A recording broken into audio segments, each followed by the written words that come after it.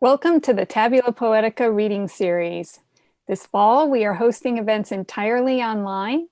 We are live streaming on YouTube, which will add closed captions after the event. That's where you can find videos of previous Tabula Poetica talks and reading too. We also encourage you to follow Tab Journal on both Facebook and Twitter. We're excited to invite poetry readers from everywhere into this fall's Tabula Poetica conversation. In addition, we've invited students in classes reading the work of the visiting poets to participate via Zoom. We ask that students keep their microphones muted while the poet is speaking, and for Q&A, students can put the questions in the chat. Our next Tabula Poetica date is November 9th, and we finish up on December 14th with a reading by Chapman University's own poets. Genevieve Kaplan is our guest curator for this year's series. I'm grateful for the work she's done and for these particular poets to be part of our ongoing conversation about all things poetry. Most of the support for this series and for Tab Journal comes from the English department. I especially want to thank our department chair, Joanna Levin, our administrative assistants, Kristen Laxo, and especially Samantha Della O, who is behind the scenes for all of these events, and graduate assistant Jason Thornberry. This year, Tabula Poetica also received grants from poets and writers to support our visiting poets. I'm going to hand this over to Kim Bocut, who is going to introduce our visiting poet today, and Kim is a fantabulous MFA student in our program. Thank you very much. I'm happy to be able to introduce the professor. I am introducing Angela Peñaredondo, and she is a queer Philippine interdisciplinary writer, artist, and educator. Peñaredondo is author of the chapbook Maroon from Jami Publications and All Things Lose Thousands of Times in Landia Institute, winner of the Hilary Gravendike Poetry Prize. Peñaredondo's work has appeared in the Academy of American Poets, Black Warrior Review, Southern Humanities Review, and elsewhere. Peñaredondo is a Kundiman Bona, Voices of Our Nations Art Fellow, Macodista, as well as an assistant professor of creative writing and digital humanities at Cal State University, San Bernardino. Currently, Peñaredondo is a visitor living in Los Angeles County, more specifically Alhambra, California, Gabrielino Tongva land. And welcome. Thank you, Kim, for that. And just a little side note, it's Filipinx. I identify as Filipinx, which is the non-gender conforming identifier for Filipino-Filipina, or folks who— Did I said that wrong? It's okay, it's all right. Okay. And that's totally fine. It happens. And I also wanted to just thank Genevieve, Anna, and Samantha too, as well as our sound person, Jason. Thank you for your help and your assistance. And it's a pleasure to be part of this reading series at Chapman University. So I am going to start my craft talk, and I just wanted to let folks know that this is going to be a bit of a hybrid interdisciplinary craft talk. So I'm hoping that it's going to kind of come out like a live virtual mixtape of my current sort of craft and aesthetic obsessions. So I'm going to be combining some sound collage work with concepts that come out of slipstream literature, or like the concept of slipstream. And for me, these sound collages are sort of a form of digital storytelling, but they're also a form of the ways in which I do a kind of ancestral work through a queer futurist lens. And I feel in doing ancestral work here, there's a connection also, or there's a need to connect with the earth. And so I'll be reading work that was published in a most recent anthology. It was Ecological Fractures. So work that has that has a tendency to lean towards environmental justice writing and ecological writing.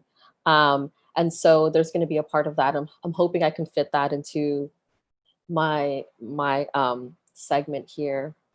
I do have my timer on, so I'll try my best. And also, since there is going to be sound involved, just a suggestion to folks. It's if you want to put your earbuds. I don't know how the sound will transmute on this virtual airwaves, virtual cosmic airwaves. So if you're into sound, then I would highly suggest you put on some earbuds. Okay, so I wanted to start also with a quote by Samuel Delaney, and he says, quote, "Equipped with contradictory visions, an ugly hand caged in pretty metal, I observe a new mechanique. I am a wild machinist, past destroyed, reconstructing the present." And then I asked the question, is it possible to alter my relationship to silence towards that of revitalization or reimagination? In the process of working with multi-textual sounds and noises, I have come to think about the study of sound in relation to ways of recovering what has been lost, to reclaim from debilitating silence.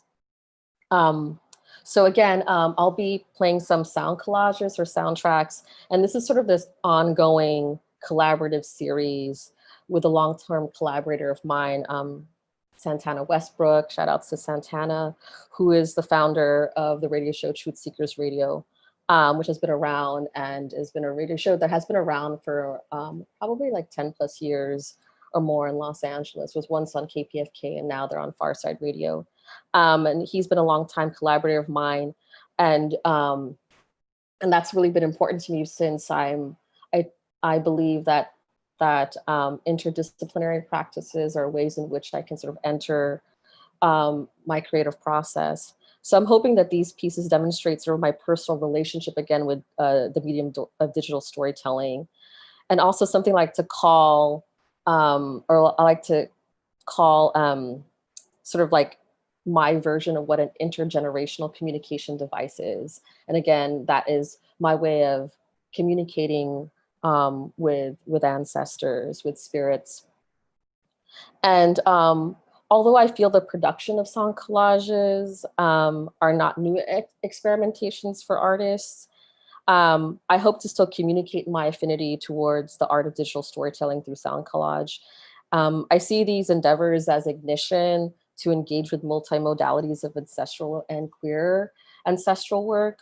Also queer food connects futurisms and kinship to indigenous and Afrofuturist productions, and how these productions are a form of decolonized resistance against settler colonial culture of silence and forgetting. Let's see here. I wanted to also add that creating this body of work has allowed me to chip away and critique the culture of silence and erasure within me and what has been passed down to me intergenerationally. The act of not speaking up or not embodying one's right to be heard, to not be acknowledged of personal truths, individuation, and personhood. I'm also speaking from a multidimensional place of identity, queer, woman, identifying a non-gender conforming, first generation immigrant, survivor, diasporic, Filipinx, etc. I believe this culture of silence and erasure is interconnected to a kind of historical amnesia embedded in cultural practices of my people as a result of colonization, imperialism, and militarization. The product, when a dominant narrative other than your own completely infiltrates your systems of governance, education, and cultural production. And thus these sound collages are made up of recorded verse, fabricated rhythms, distorted nature and body sounds. So I'm gonna go ahead with the first piece, and I'll just hopefully, I'll be cutting in and out of sound if it goes on too long, because some of these tracks can go on forever.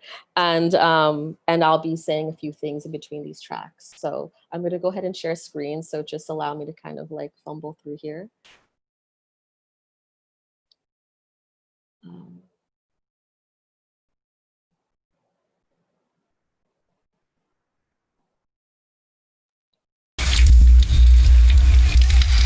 Intergenerational communication device.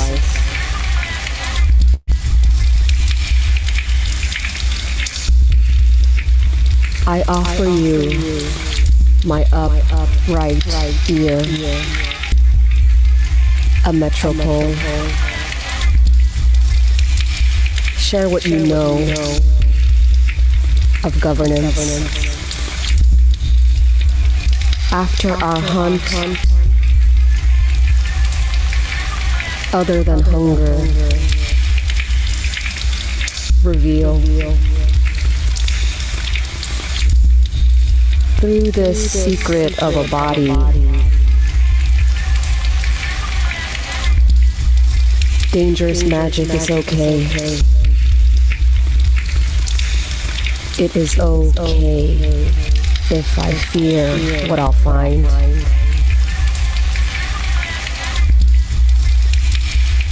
Domination, I already know too well.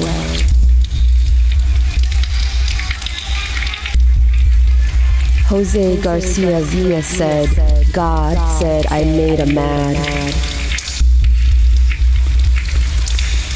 We are stealth. Even as each limb camouflage in the viscous mud of our farmlands. An insect mound underneath each foot.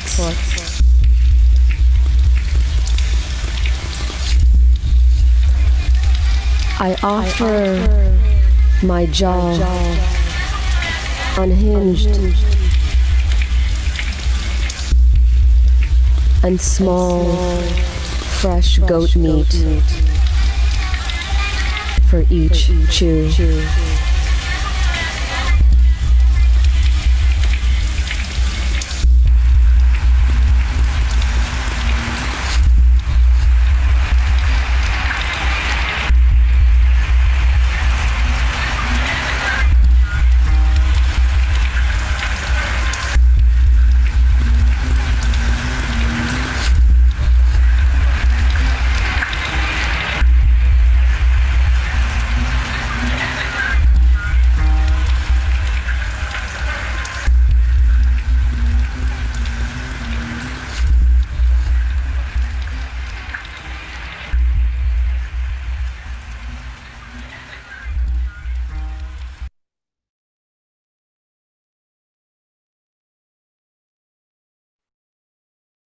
Okay. So with reverent nods to Afro-diasporic futurist Caldwell Eshoon, who coined the term sonic fiction in his book More Brilliant Than the Sun, regarding what Eshoon calls future rhythm machine or digital diaspora or sonic futurisms, whichever you swerve. Eshoon states, but machines don't distance you from your emotions. In fact, the opposite. Sound machines makes you feel more intensely alongside a broader band of emotional spectra than ever before in the 20th century. Eshoon adds that sonic fiction, quote, refuses entry to comforting origins in social context. It, quote, does not locate you in tradition, but instead dislocates you. So I'm gonna go ahead and play the next track. I am also trying to find ways to like mute myself. And if I don't, I live in a quite tourist place right now. So if you hear birds or waves or people talking in the background, then you can just add that to the atmosphere. Okay.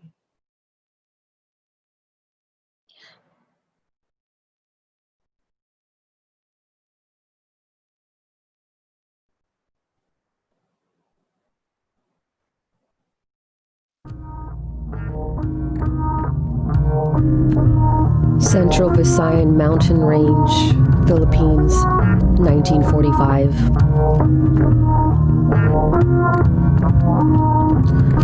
When hiding from enemies, at least one dream away from machines and from bodies that do not sleep.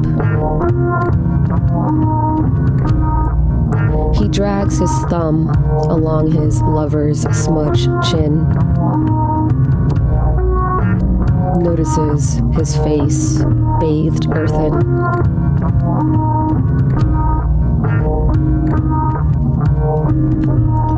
The trees, once giants, are giants again, he tells the moon. They come savage and without undoing.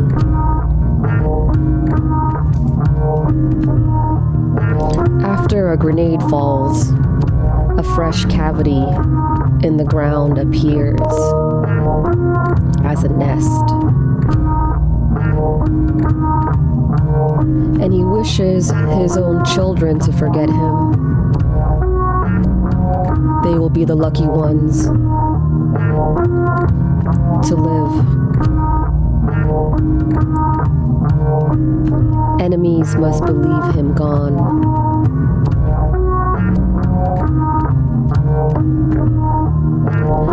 They are not from these caves, dear Santos, dear Virgen.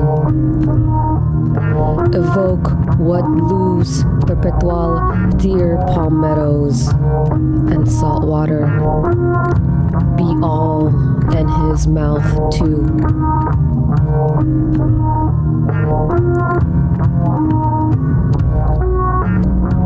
His lover lies down, wet ground, speaking only of what he knows. Dripping face, the shrapnel moon. He whispers his want to dissolve like this in ferns.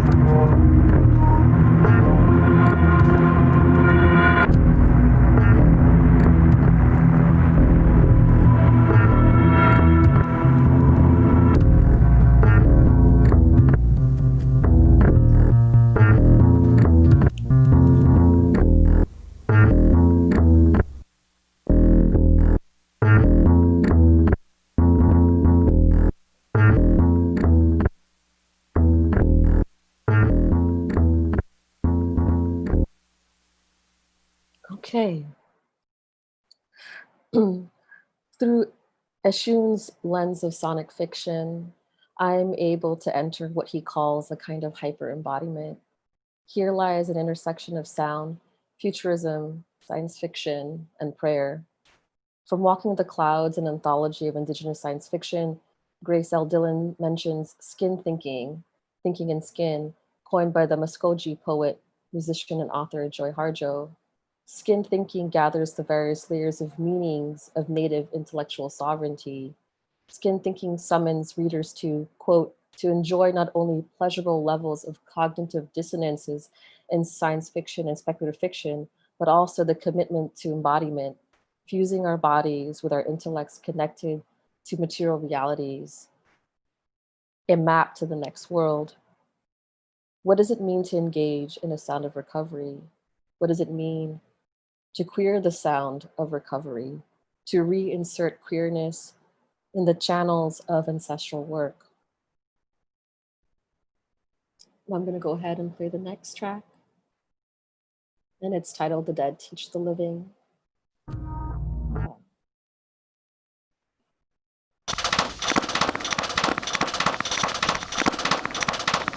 Many years ago, a cardinal feeds a fish out of water. Many years ago, a cardinal feeds a fish out of water.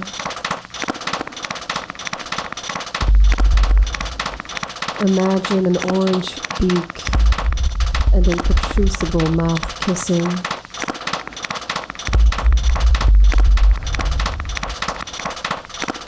Many years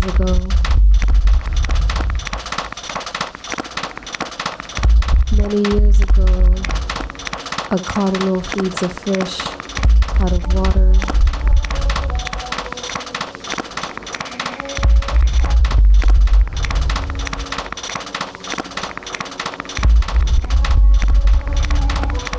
Many years ago, a cardinal in some kind of hen house.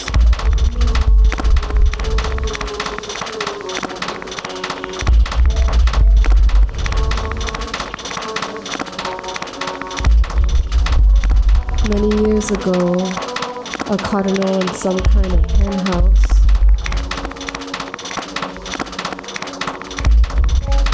There was a big fire. There was a matchbook in my hands. There was a big fire. There was a matchbook in my hands. Many years ago, a cardinal feeds a fish out of water.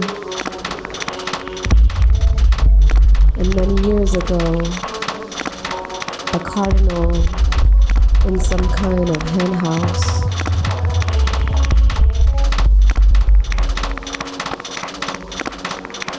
In some kind of hen house. There was a big fire. There was a matchbook in my hands. Many years ago. Now it's mostly snakes.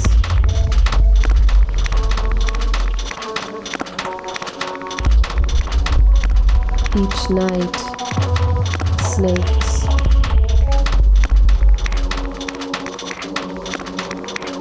Their glossy corneas and tongues smelling the salty earth.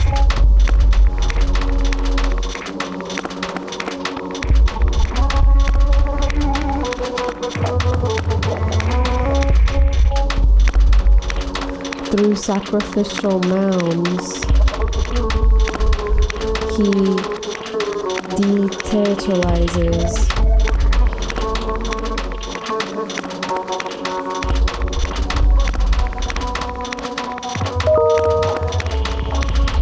Through sacramental mounds, he deterritorializes.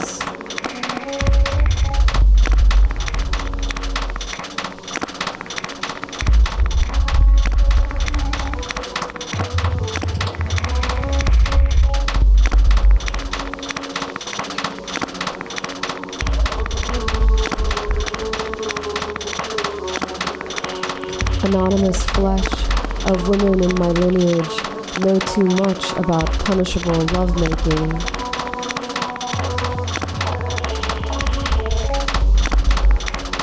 Many years ago, a cardinal in a hen house.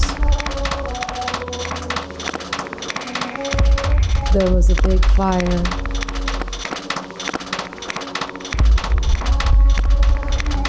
I say, anonymous flesh of women in my lineage know too much about punishable lovemaking.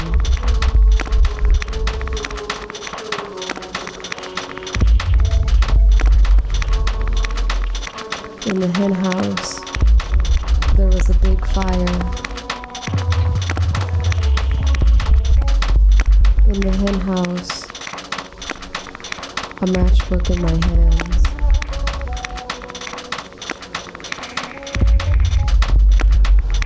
When finished, I will snuff out the last hot bit with this indigo tongue.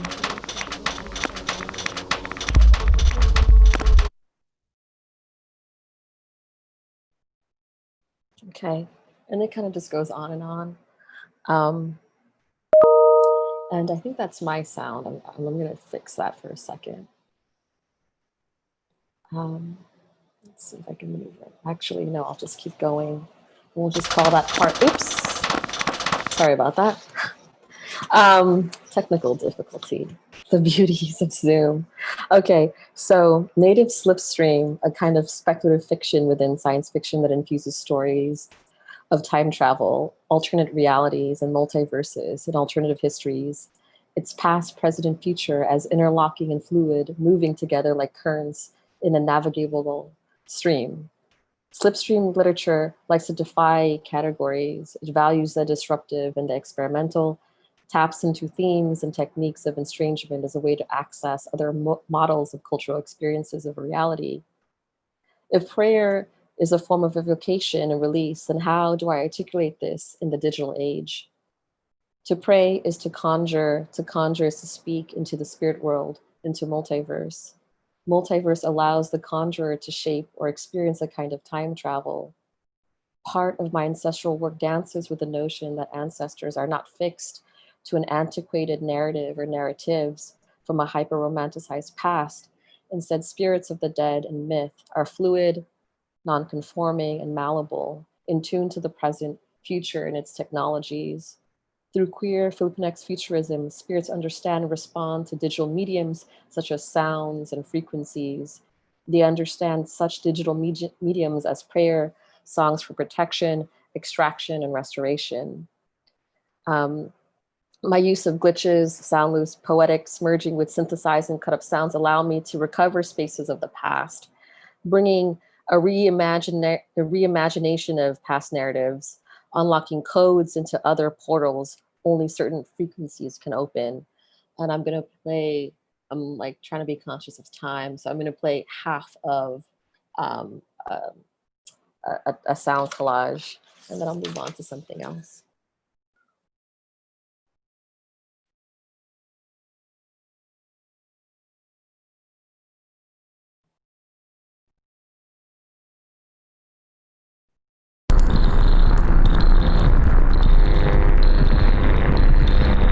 To hold these contradictions and kinship. For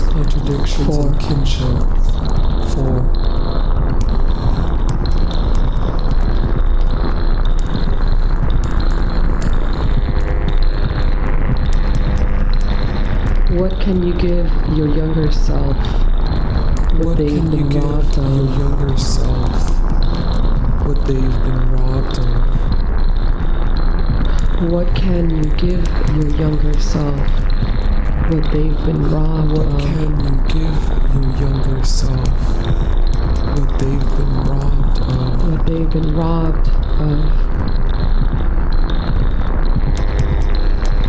What they've been robbed. Like the acacia that sprung. Like the acacia trunks sprung of its little evils. Father paid to rid the tree trunks of its little evils. Father of its little evils. To rid the tree trunks of its little evils. Of its little evils. What can you give your younger self? What they've been robbed of?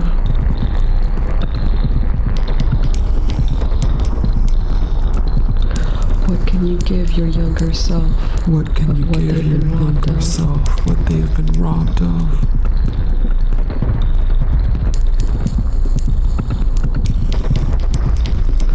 What can you give your younger self of what they've been robbed of? For regeneration to happen, plenty things have to die.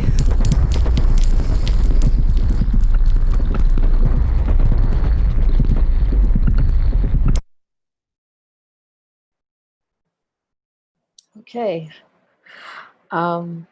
So in that collage sort of just goes on, and various other sounds come in and repetition and whatnot. And so I'm going to circle back to one of the things I said in the beginning, which was sort of to enter this space. One of the things that I've also been thinking about is as far as in entering this space of slipstream, entering this space of like queer ancestral work. In this medium of digital storytelling, I've also had to think about like how these elements are connected in some way to the earth, and sort of my response to the earth and its sacredness, but also in the ways in which it taps into more of a political sphere. And so thinking about the ways in which other writers, more specifically Indigenous poets who have been thinking about environmental justice writing and approaching climate change and the politics of environmental justice, like climate change and whatnot, but also through other things like the ways in which land is affected by empire. Um, and so these are the things that I've been working into this kind of creative work. And so I wanted to quote a poet I really admire, and who also was a mentor of mine when I was a Kundimon Fellow, the Chamorro poet Craig Santos Perez, who says that much of eco-poetry is engaged with solastalgia, which refers to a nostalgia for a place that is being environmentally degraded. So it's not about desiring an ideal nature, but instead a mourning and desire to protect our lands and water from further desecration. And thus, solastalgia is a neologism that describes a form of mental or existential distress caused by environmental change. And I too believe that the self is shaped by and inextricably intertwined with history, culture, genealogy, the environment, language, etc. And so this was an interview from Craig Santos on that was written by Kate Lycurgus from Shapeshifting. From 32 Poems magazine. It was from an article, Shapeshifting Nostalgia across the VA. And so I'm going to go ahead and read a piece kind of in conversation with that. And this piece is titled Survivor's Topography. Like an upward buttress, a guar skull and her horns calls an evidence outside a Catholic church. Skeleton is to choral of a clan is to contractual object. From the dead, horizontal and hanging, ask what signage occurs as schemata for rescue. Whose oars that lifted a boy out of floods, its plains a site of the anti-colonial experience. In direction of what now possesses you, I pray at 2.5 meters above sea level. My child, a burning celestial reverence for labor expands with untranslated vocabulary. Contour through brown scales of this flesh, union of mountains, confusion of fragmites, a divine missive, water is to measure for haunting. What needs not saving. Before my birth, rivulets, wonderment of bones splayed out like numerology across an eroded altar. Purge childhood trauma, an eruption, biosocial geometry. Solitude and work merge within you. I offer a bed of moss, a teak bark from this submersion, somewhere in these militarized lands. There are rivers, there are nets, there are, before my birth, there are bodies you can no longer see from this excavated dream map, made and unmade. And then I'm gonna go ahead and read one more piece. But I wanted to quote a mentor of mine too, that I worked for many years and who I greatly admire, Alison Adele Hedge-Koch. I'm going to read a quote from her introduction from her anthology, Saying, a Poetry from the Indigenous Americas. And Alison says, in blood and pulse, and just as driving as any homing device we bear, movement, travel, journeys, prove imperative. We come and go, always seeking what we do not know, have not seen, some of us always returning to reveal the witnessing and to reveal in the familiar. Sometimes in the movement, motion, cadence, rhythm, lyric, song appears, as if music just existed for us to collide into, and maybe it does. In movement, songs reveal what approaches need be made to sustain and continue. And my last piece is on cures and abrasions from a responsive environment. What was once wild, chicken and pig farms, once hectares of pineapple fields, banana, coffee, cacao, rice, corn, now inedible, impassable, uninhabitable. From village to village she tramples, Her land extends beyond parameters hijacked by globalization, process known as racial and cultural cleansing. Families and home washed by volcanic dust.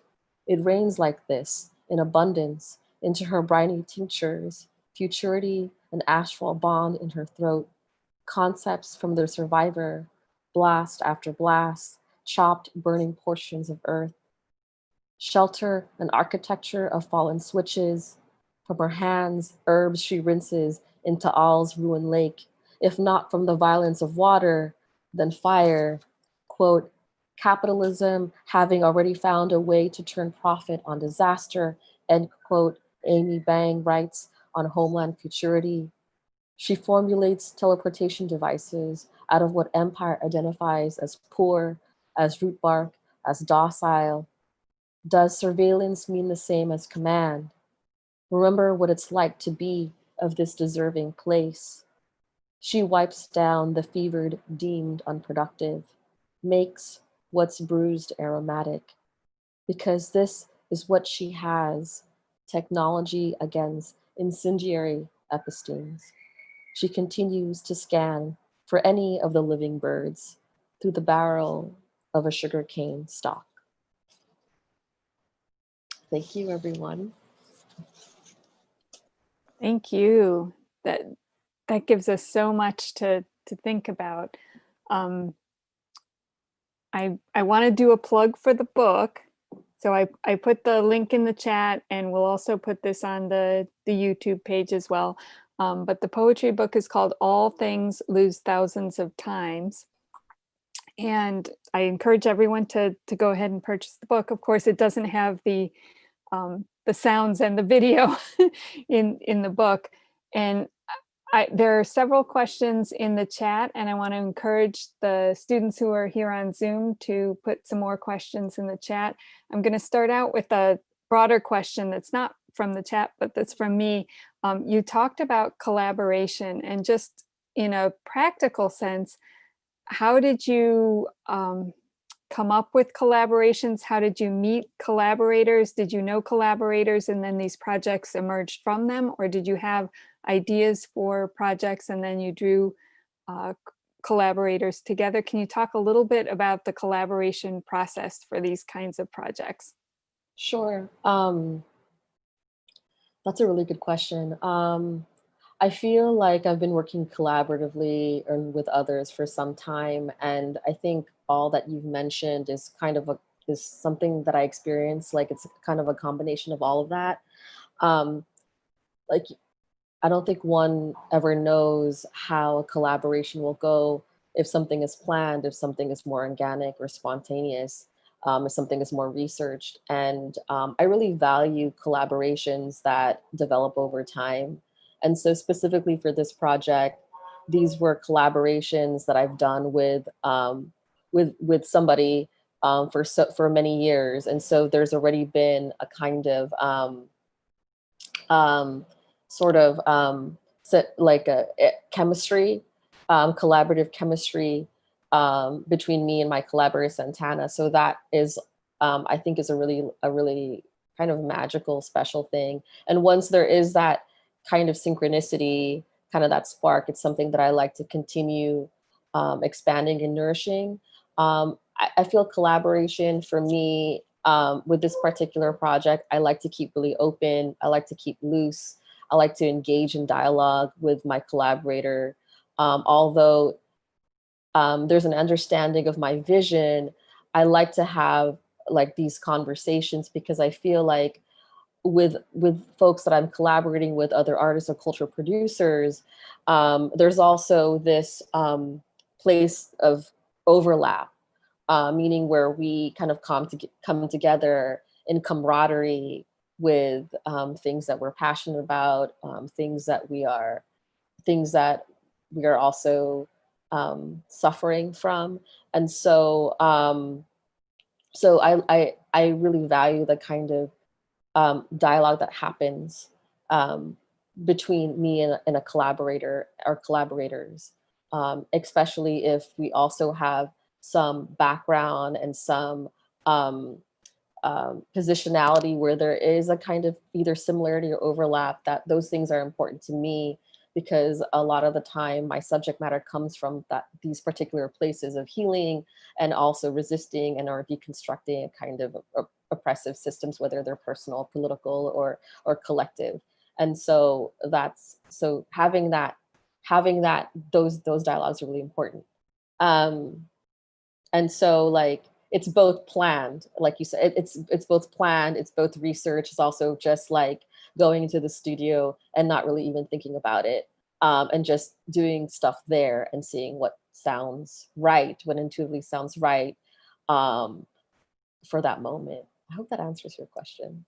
I think it does, and it sort of hints at why I think collaboration is so important for myself, and that is that um, the dynamic allows me to accomplish more than I could without the collaborator. It's a more complicated process that's both, it needs more planning and less planning, right? Mhm. I'm going to turn to the chat. There are several questions about the interrelationship of sound and language and text and the visuals. So Maxwell has a question that says, do you think that the sounds mixed with the reading of the poetry adds or subtracts from the poem itself? Or maybe even whether they can be separated in this kind of project. Is the sound itself a form of poetry or a creative output? And then I think there are a couple more that sort of touch on that too. Theodora says, in this genre, is there an emphasis more on the sounds or the words over the sounds, or are they for the most part valued equally? There's also a question from Abigail. I'm very interested in the images you've chosen to include in the background for each poem. Where did they come from? Were they selected as intentionally as the sounds and spoken words? So I think all three of those questions are really getting at what are the relationships between sound, text, image, and how do you select those and put them into play together in these projects? Sure, those are all really great questions, and I'm going to try to answer them as best I can. So, to like go back to the first question, and hopefully this opens up into the other questions that arose after that. That do I feel like the sound subtracts from the poem itself and whatnot, or and and and so like I've asked myself these questions before, but as far as in like before the text transformed into sound collage, it was just text, right? And so there was still space for that, there was still space held for that. And so um I feel that it's okay for me as the person creating that I can allow that either this sound subtracts and or adds, but one thing that continues to be present is change and a kind of transmutation. And so like it's that's pretty much part of my aesthetic, is to allow transmutation to happen, and things will be subtracted, things will be added, and that's sort of a part of that journey or a part of that creative process that I allow myself to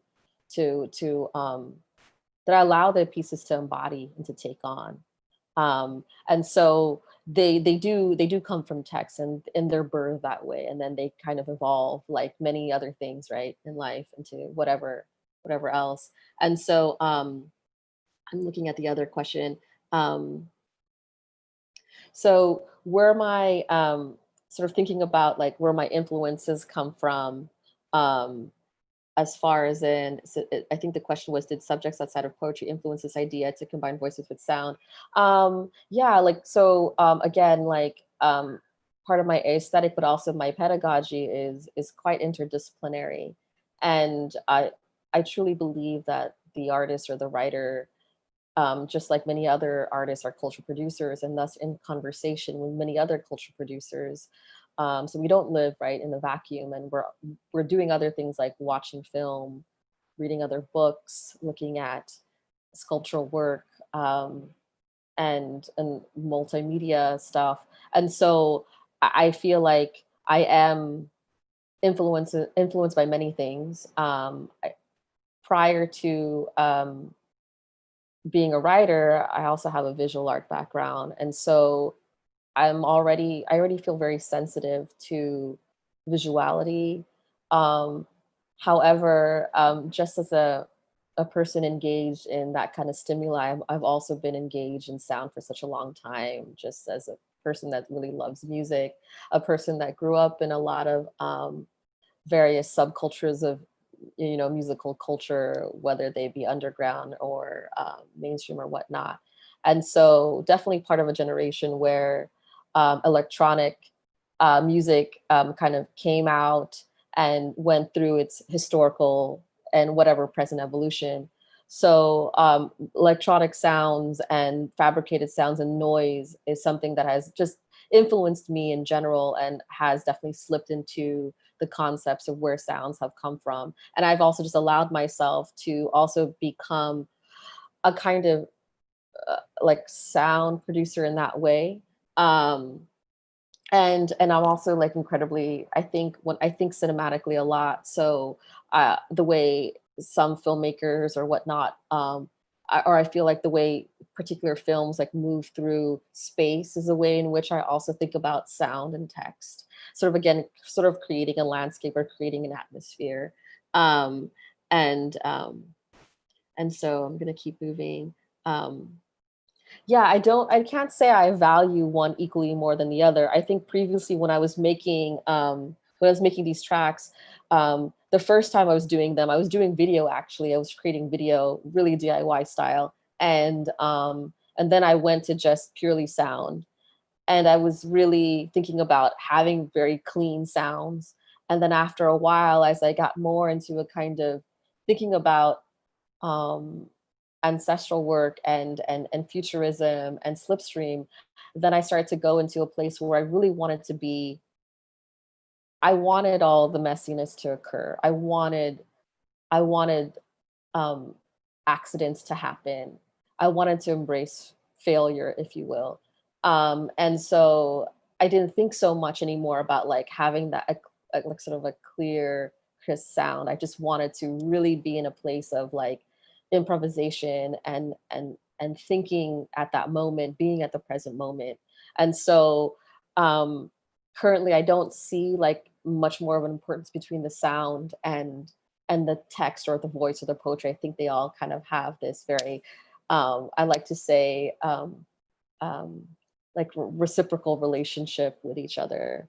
Um, and yes, there is definitely intentionality with the sound, but there's also a lot of play that's involved, especially in collaboration when we're playing, stretching or splicing sound and whatnot. Um, and like if there are some sounds in there, like maybe someone heard like picked up on the gamelan, which is a southeast sort of Asian sort of like gong bronze instrument, and so these are the sounds that some of the sounds that we're playing with and we're kind of like deconstructing and sort of like subverting. So those are the things, some of the things that we're working with. Um, let's see here. Did the music come along easier once the poetry was written? Um, no, I don't think it always comes easy. Sometimes it doesn't, sometimes it doesn't. I think it really depends on the mood, on the day, on the planetary alignment. Um, it really depends on also how we're feeling. I think during collaboration is like what Anna said as far as in sort of the dynamics. I think one of the things I like to do with my collaborators is we kind of just like to see how we're feeling that day, right? Like the body has knowledge, and that's something that we can also like trust and be influenced by. Um, and let's see. Speaking Kaylin says earlier, I spoke on a relationship with silence and challenging that. Um, and how did I go about figuring out what message to send and to say to break the silence? And how do you feel your relationship with silence, space, and culture? Um, yeah, I feel like that's a really personal question. And thank you so much for asking that. I think a lot of that comes from a place of like really self-confrontation, you know, and being vulnerable to oneself, especially when one is faced with with systems of oppression, right? And you're looking at your identities, and you also want to be beyond your identities. And so like that also just comes with that kind of like heavy self-reflection, heavy self-confrontation, looking back at histories, personal histories, cultural histories and whatnot, and really asking, me asking myself like, um, like, how, how have these systems impacted me? It's a lot of like, I am questions, right? And so like being confronted with that I have experience and continue to experience like that silence as part of my culture, right? Silence, whether it's we're going to throw in big words like patriarchal or sort of like colonization, right? Things that or empire, or like things that just sort of might cloud and or inhibit or block um, and or take over and or occupy one's personal space from really, really like truly reflecting. Um, those are things that I feel like I'm constantly working through in my art and in these soundtracks and sound collages specifically. So these were deep questions that I've been asking myself for many years, and I continue to ask myself and also do research. So that comes from a really sort of like personal space.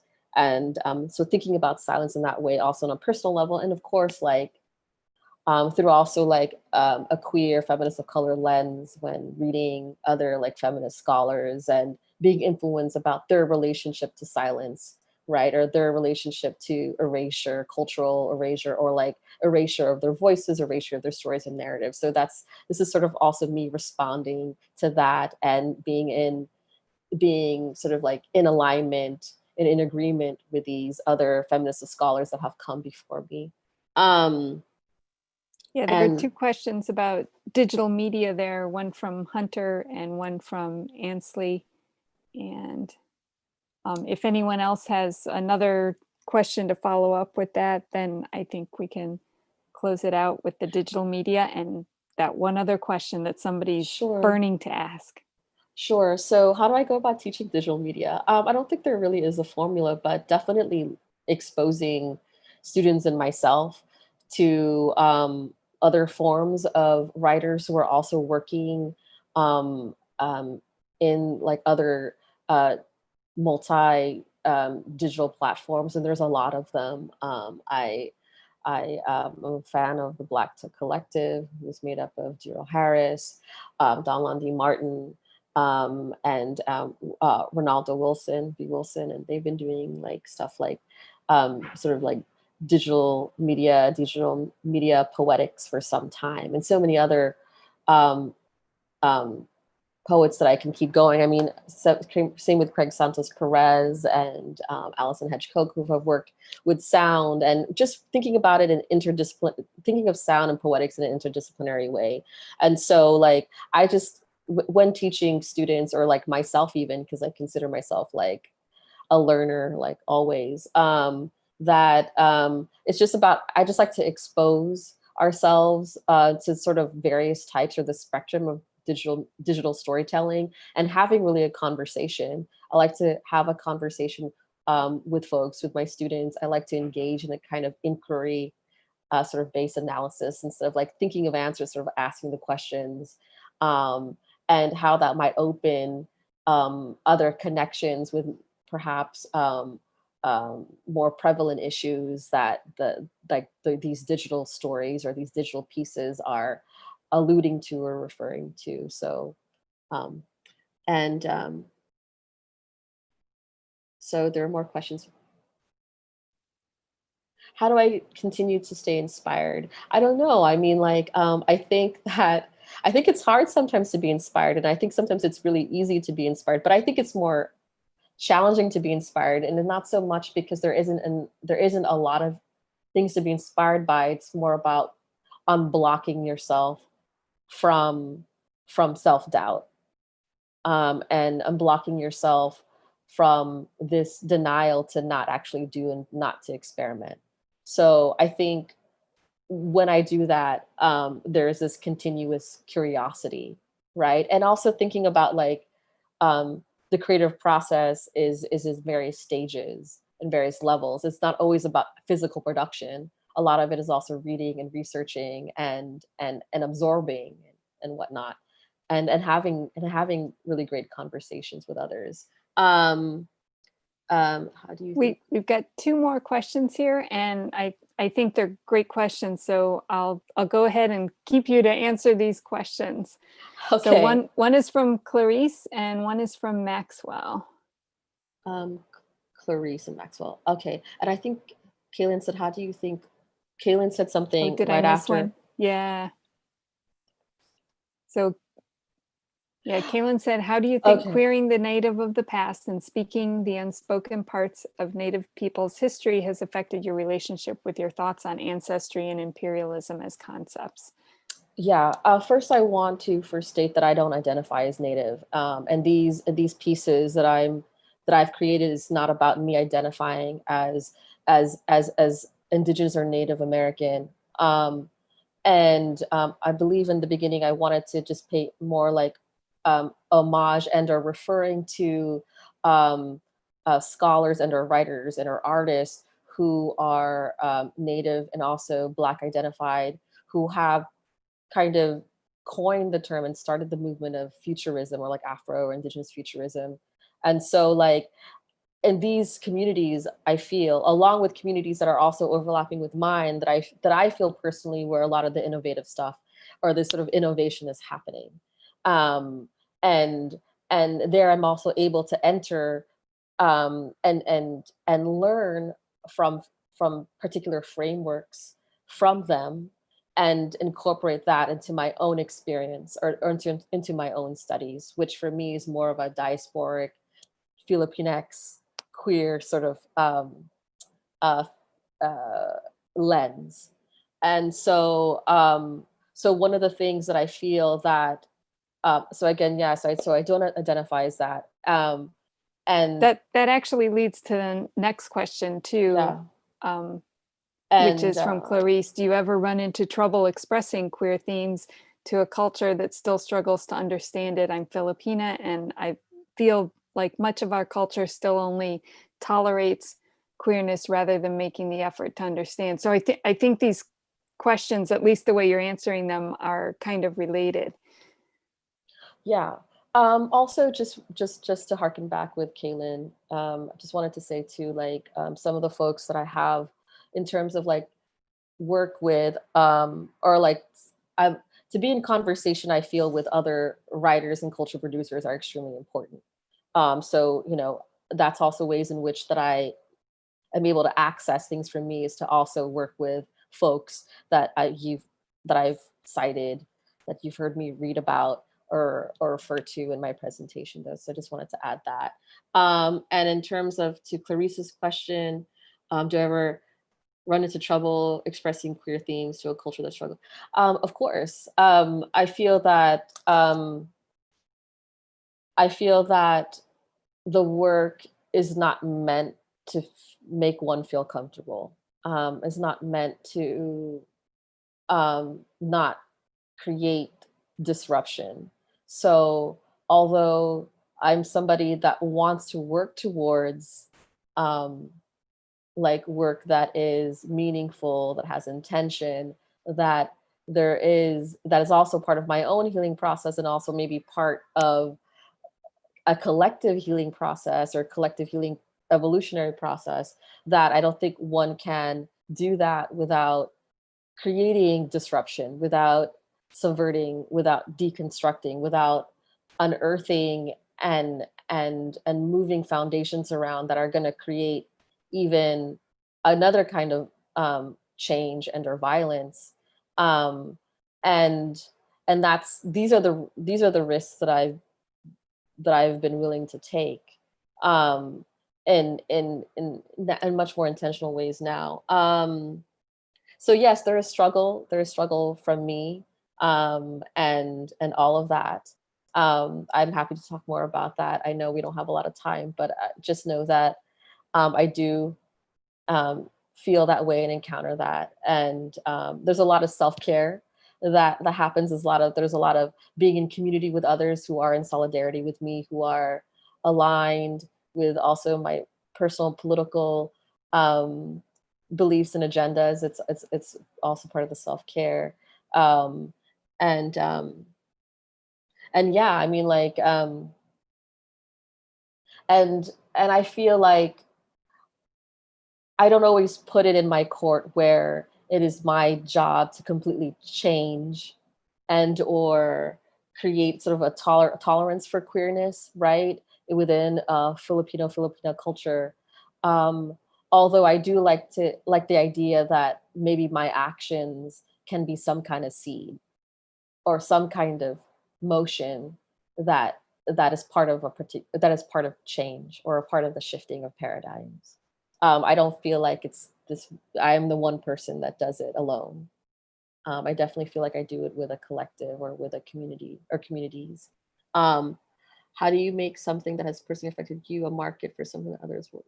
How do you make something? Sorry, I'm reading the next question by Maxwell. I'm not quite sure if I understand that. How do you make something that has personally affected you a market for something that others will find value in? Maxwell, do you want to clarify if you're still here? Yeah, I can try to clarify. I guess I was asking like how do you turn something that like personally has like affected you into like a product that like you can share with the rest of the world in a way that they will, like, they don't necessarily have to understand like what you went through, but like they can appreciate what you're trying to share. That's an interesting question about the relationship of private and public. I think for maybe any writer or artist. Yeah, thanks for that. Thanks for clarifying that question, Maxwell. And yeah, I think you're right. I think it's a really subjective thing, right? Like what makes things worth like public, or what deems some what you know what is it that I feel that I want to publicly share, and what is it that I feel that that's more private to me. And I feel like everyone, including myself, are like incredibly like multidimensional people. So we have all this depth in us and these layers. So I don't fear that there's less for me. Like there's, I mean, like it doesn't mean that I'm not vulnerable to exposure. I think it's just I think one of the things I think about is to really is to really get close with your, I know this might sound a little bit too, I don't know if it's too abstract, but maybe really getting in touch with your intuition and getting to know your work more and getting to know really yourself more. Or I've had to get to know myself in a way where I'm also like feeling um, like what feels right to share with others, right? And of course, that involves whatever kind of shaping or revising or modifying that might be in order to share that publicly. But I think when one steps into the role of a cultural producer or an artist, right? And there's a range of that you become part of a community, you become part of a community being, you start to step into the public realm or the public sphere. So, and that's a huge realm, right? And to give myself that kind of pressure that I need to kind of speak to everybody is not really sustainable. So I try to think about ways in which what is sustainable for me, and who is it, is, if I'm thinking about audience, who is it that I could reach out to, that I could touch, that I could move in some way. And I would think there are probably going to be folks that are like maybe like-minded individuals, or folks that are within various places of interest, where there's kind of overlapping with me and them. And so it's really about, I think, and I know this is a roundabout answer, like I think it's really about getting real with yourself and what you love, and your, and sort of like your creative work. And I feel like when you do, there becomes almost like this, not only a responsibility, but also this deep need to share with others, especially like-minded folks. And that also comes with collaboration, right? And that sort of like that need to also continue creating, and also that place of curiosity. And so I think it's about also like really owning your curiosity, and allowing it to lead you to both familiar and unknown places. And if that means also the public sphere, then so be it. I really, really like that concept of owning your curiosity. I think I'll do something with that in class. I appreciate you sharing this multimedia work and for talking with us this afternoon. I want to encourage everyone to purchase the book, All Things Lose Thousands of Times, from Inlandia Books. And we'll be back here on YouTube at 7 p.m. for your reading. So I'm just thrilled to have you here, even though it's virtual, and thank you. Thank you, everyone. I appreciate everybody's work and help and assistance. So thanks for the questions too. All right, thanks. Bye-bye. See you at 7. Bye.